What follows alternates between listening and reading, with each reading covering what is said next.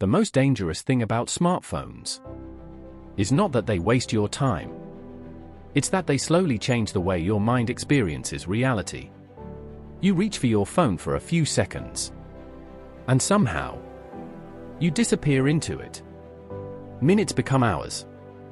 Your attention feels weaker now. Silence feels uncomfortable. Even rest feels exhausting. And deep down, you already know something is wrong. But you keep scrolling anyway. Not because you are lazy. Not because you lack willpower. But because your brain was never designed for a world like this. For most of human history, the brain evolved in slow environments. One conversation at a time. One sound at a time. One source of information at a time. Attention moved carefully, like a candle in a dark room. Focused. Stable. Intentional. But smartphones changed the environment faster than human psychology could adapt. Now your attention is surrounded by algorithms designed to interrupt it. Notifications. Infinite feeds. Short-form videos. Endless novelty. And your brain reacts to all of it as if it matters. Because deep inside the nervous system, novelty still feels connected to survival. Thousands of years ago, noticing something new could save your life. A sound in the forest. A movement nearby. An unfamiliar face. The brain learned to pay attention to whatever feels unpredictable. And smartphones exploit that instinct perfectly. Every refresh carries uncertainty. Every swipe carries possibility. Maybe there's something exciting next. Maybe something important. Maybe something rewarding. Psychologists call this a variable reward loop. The same behavioral system used in gambling machines. Most of the time, nothing meaningful appears. But occasionally, you receive a reward. A message. A like. A funny video. A burst of stimulation. And that unpredictability trains the brain to keep checking again. Not consciously. Automatically. Like pulling a lever without realizing your hand already moved. But distraction is only the surface-level problem. The deeper problem is fragmentation. Your mind no longer stays in one place long enough to think deeply. You consume constantly, but rarely process anything completely. And over time, your inner world becomes crowded with noise. This is why many people feel mentally tired even after doing very little. The brain is constantly switching attention. Or dopamine spikes. Tiny rewards. Tiny emotional hits. And eventually, ordinary life starts feeling slower in comparison. Reading feels harder. Studying feels painful. Stillness feels empty. Not because those things lost meaning, but because your brain adapted to constant stimulation. Like eyes adjusting to bright light. When the nervous system becomes overstimulated for long periods, normal reality can begin to feel emotionally dull. This is why many people feel restless even while relaxing. Their brains forgot how to slow down. But this does not mean you are broken. Your brain is simply adapting to its environment. That is what human brains do. And right now, the modern environment is designed to capture attention at all costs. Some of the smartest behavioral scientists and persuasive designers in the world work on making apps harder to leave. Because attention became one of the most valuable resources on Earth. Your focus is no longer just personal. It became profitable. Every app competes for it. Every platform studies it. Every notification tries to reclaim it. So the real battle is not between you and your phone.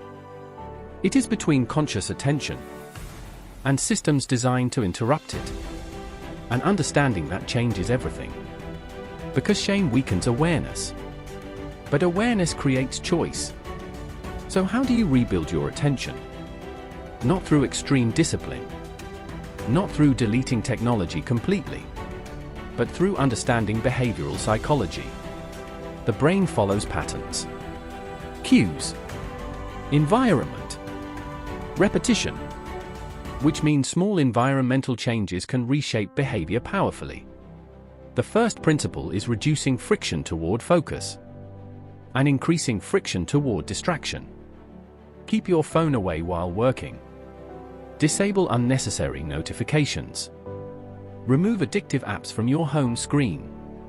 These changes seem small, but psychologically, habits depend heavily on visibility and convenience. When distractions become less accessible, automatic behavior weakens. The second principle is learning to tolerate boredom again. Modern people escape boredom immediately.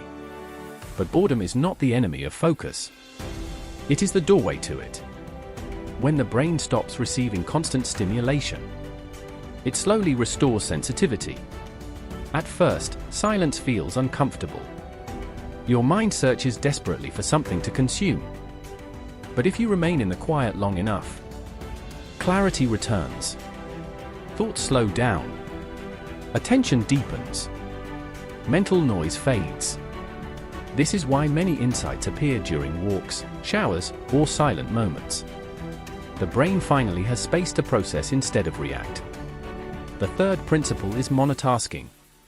Human attention works best when fully directed toward one thing. But smartphones train the brain to constantly switch context. And every switch drains mental energy. So begin training attentional endurance slowly. Read without checking notifications. Eat without videos playing. Sit in silence occasionally. These moments look insignificant. But neurologically, they rebuild focus little by little. Like strengthening a muscle that has been overused incorrectly. And maybe the most important principle is protecting your mornings. When you first wake up, your brain is highly impressionable. Your attention is fresh. Your emotions are sensitive. If the first thing you consume is chaos, your nervous system enters reaction mode immediately. But if you spend even a few quiet minutes away from screens, you remind the brain that your attention still belongs to you, not to the algorithm. Because in the end, attention shapes identity. Whatever repeatedly enters your mind eventually influences your emotions, your thoughts, and your behavior. The brain is always adapting, always absorbing, always becoming. And smartphones accelerate that process faster than anything before them.